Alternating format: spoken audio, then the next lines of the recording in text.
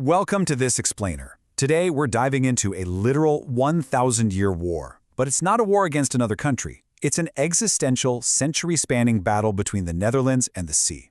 By all the laws of nature, a vast portion of this country should honestly just be the ocean floor. And yet, almost 18 million people live and thrive on this impossible territory, building one of the wealthiest nations on the planet. We're going to unpack the mechanics, the history, and the sheer grit behind how the Dutch have spent a millennium fighting the water, and how, surprisingly, they're now learning to invite it back in. Let's get started. There's this old European proverb, God created the world, but the Dutch created the Netherlands. It sounds like a punchline, right? But it's actually the literal truth. To really grasp the sheer scale of this, you have to look at what this land originally was. The Netherlands literally translates to low countries. It was essentially just a giant delta of damp, spongy peat bogs that the sea would casually and regularly flood. To understand the stakes today, think about this. About a third of the entire country lies below sea level. Take Schiphol Airport, for example. It handles tens of millions of passengers a year, and it sits at the bottom of a former lake, a full 4 meters, that's 13 feet below the surface of the ocean. The lowest point in the country dips almost 7 meters below the waves.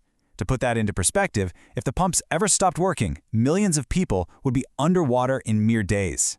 And the water wouldn't just trickle in, it would reclaim the land entirely. No way around it. Part 1. The Impossible Nation, from defenseless swamps to terps. So, when the Romans first arrived in these parts over 2,000 years ago, they totally pitied the locals. They described them as miserable people scavenging on these pathetic little mounds surrounded by water. But those mounds, they were actually a stroke of absolute local genius. They were called terps. These were massive artificial mounds built entirely by hand.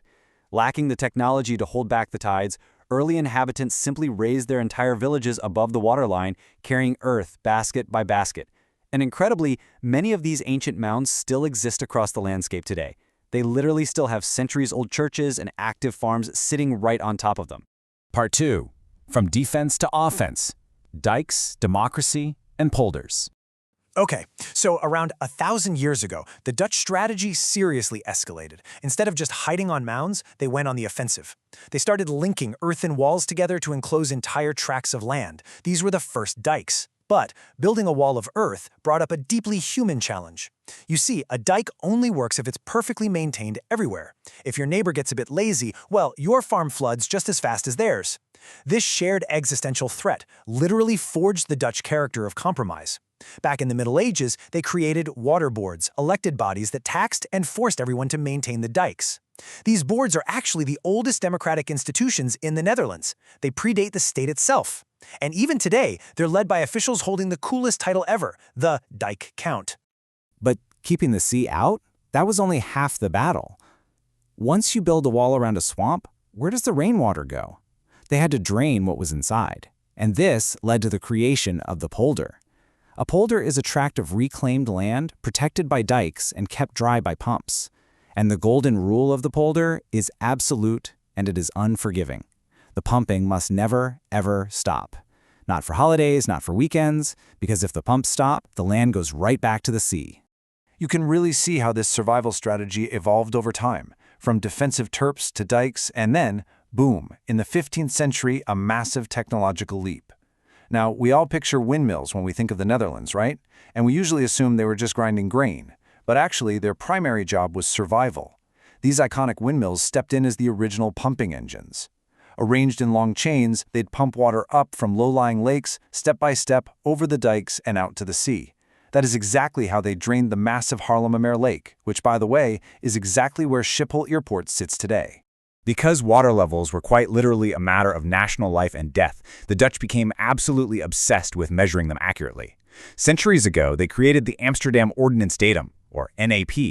This was a physical benchmark of the average water level in Amsterdam. It was such an incredibly useful and precise system that the rest of the continent eventually just borrowed it. So when someone in Germany or Austria measures their elevation above sea level today, they are, without even realizing it, effectively using the water level in Amsterdam as their master coordinate system. Pretty wild, right? Part 3. The Devastating Counterattack, the 1953 Flood Disaster. So for centuries, this massive, complex system of dikes and pumps held the line. But then, on the night of February 1st, 1953, nature delivered a catastrophic reminder of who was really in charge. A literal perfect storm converged on the North Sea. We're talking hurricane-force winds pushing a massive spring tide directly against the coastline. The water rose several meters higher than normal. In the dead of night, old dikes, which were already weakened by the recent World War and years of underfunding, they just simply gave way. Sleeping villages in the southwest were plunged into an icy, isolated nightmare. Telephone lines snapped, completely hiding the scale of the disaster in the darkness. It was local radio enthusiasts broadcasting SOS signals from their attics, and local fishermen on small boats who became the heroic first responders. Tragically, over 1,800 people and tens of thousands of livestock perished. It's pretty easy to separate folklore from history here. Tourists often go looking for the statue of the fictional little boy who saved the country by sticking his finger in a leaking dike. That's a total American myth. In reality, a finger does absolutely nothing against a flood. The water would just carve right around it. But during that horrific 1953 disaster, there was a true cinematic act of heroism. A major dike protecting a densely populated region breached. A local mayor convinced a skipper to drive his massive barge directly into the roaring gap. The ship wedged perfectly into the breach, holding back the deluge just long enough to be sandbagged. One skipper and a sacrificed barge literally saved millions of lives. That is the Dutch reality. Part 4. The Ultimate Fortress, the Delta Plan Marvels. Following that profound tragedy, the sheer shock galvanized the entire nation. A government commission declared simply, "This must never happen again, regardless of cost." And this birthed the incredibly ambitious, multi-decade mega-project known as the Delta Plan. Today, it's actually recognized as one of the 7 wonders of the modern world. It completely rewrote their philosophy of safety. By law, the dikes protecting populated areas must now withstand a storm that happens only once every 10,000 years. To achieve this, they built absolute marvels. The Oosterschelde barrier, for instance, is 9 kilometers long. But because environmentalists and fishermen protested a solid wall that would kill marine life, the Dutch engineered these massive movable shields. They let the tides flow naturally, but drop shut during a storm. Then, there's the Maestlon Kering protecting the vital port of Rotterdam. Picture 2 floating robotic arms, each the size of the Eiffel Tower, that automatically float out and sink to close off the entire shipping channel when a computer detects a storm surge. No human intervention required, because honestly, the stakes are simply too high for human error. But get this, they didn't just build defenses, they literally created new geography. They dammed off a massive saltwater inlet, turning it into a freshwater lake. And then, incredibly, they built polders right on the bottom of it, raising an entirely new province called Flevoland, straight from the depths. Hundreds of thousands of people live there today. And here is a wild detail. Because this area was a busy sea for centuries, the seabed was littered with wrecks. So today, Flevoland is considered the world's largest dry ship graveyard. Modern farmers literally ride bicycles on the former seabed and sometimes hit centuries-old shipwrecks with their tractor plows right in the middle of a wheat or tulip field. I mean, how crazy is that? Part 5. Modern Myths and Realities, the Bathtub and the Stilts. Okay, let's debunk a few more persistent illusions about the infrastructure of this fascinating country, because honestly, the reality is often stranger than fiction.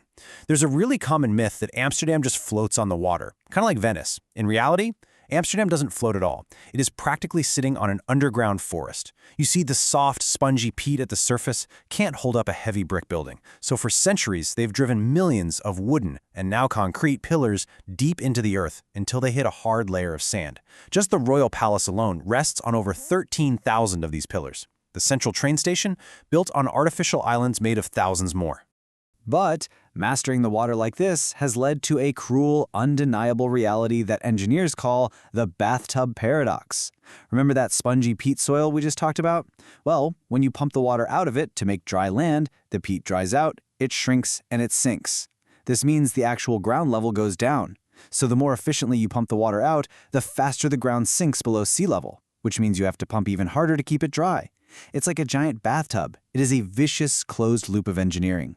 Part 6. Negotiating Peace, Making Room for the River. Now, facing modern climate change, rising sea levels, and much more extreme river flooding, the Dutch realized they'd finally hit a limit. You just can't build taller walls forever. A taller wall just means a more catastrophic disaster if it breaks. So they dramatically changed their philosophy. Instead of fighting the water, they started cooperating with it.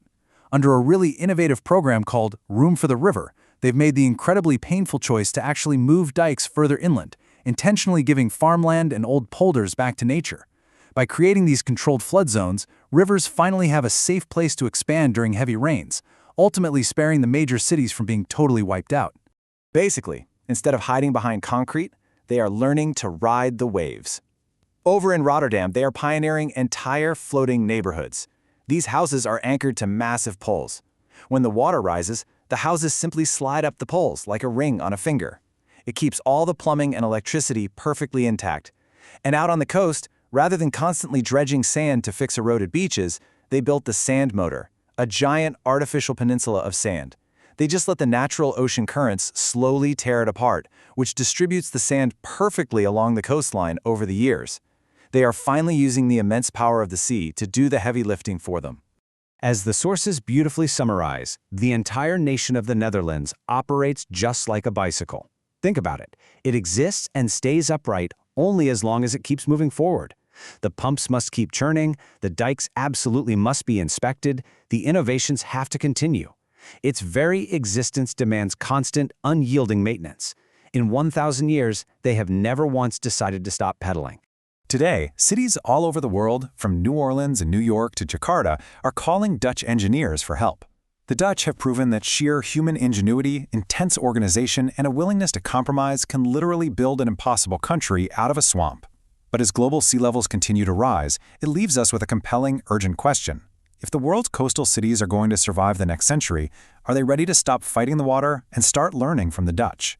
Let that sink in, and we'll catch you on the next Explainer.